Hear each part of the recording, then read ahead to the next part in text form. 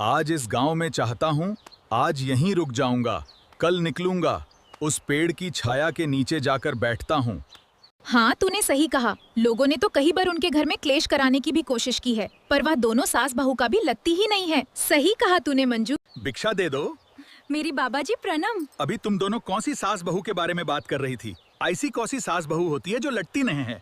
बाबा जी, हमारे गांव में है ऐसी एक सास बहू जो कभी भी लड़ाई झगड़ा नहीं करती बेटी। अच्छा, उनका घर कहाँ है? उनका घर यहाँ से थोड़ा सा आगे है। प्रणाम बाबा जी। प्रणाम पुत्री। पूरे गांव में तुम्हारी बातें सुनकर आ रहा हूँ पुत्री। क्षमा कीजिए बाबा जी, पूरे गांव में हमारी बातें। हाँ पुत्री। बाबा जी, पहले आप आराम से बैठिए, फिर बताइए। ठीक है पुत्री। पूरे गांव में सुना है पुत्री कि तुम सस बहू को भी लड़ती नहीं। हाँ बाबा जी, मेरी बहू को आए पूरे 6 साल हो गए। इन्हें 6 सालों में हमारी लड़ाई कभी न हुई। तो पुत्री, मैं तुम्हारी बहू की परीक्षा लेना। जरूर परीक्षा लीजिए मेरी बहू की। मुझे विश्वास है वह असफल नहीं होगी। जाएगी। तुम्हारी बहू है कहाँ? मेरी बहू खेत पर है। ठीक है पुत्री, तो मैं जाता हूँ। माँ कुलदेवी, मेरी बहू को बाबा जी की परीक्षा में पास कर देना। मुझे उस पर विश्वास है, वो असफल नहीं जाएगी।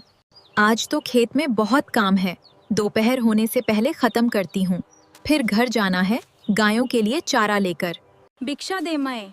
अरे बाबा जी प्रणाम। प्रणाम पुत्री। इतनी धूप में खेत पर कम कर रही है? हाँ बाबा जी। घर जाकर आराम करो पुत्री। ये सारे काम तुम्हारी सासू मन करने दो। नहीं बाबा जी, मेरी सासू मन ने बहुत किया है। ये मेरी जिम्मेदारी है।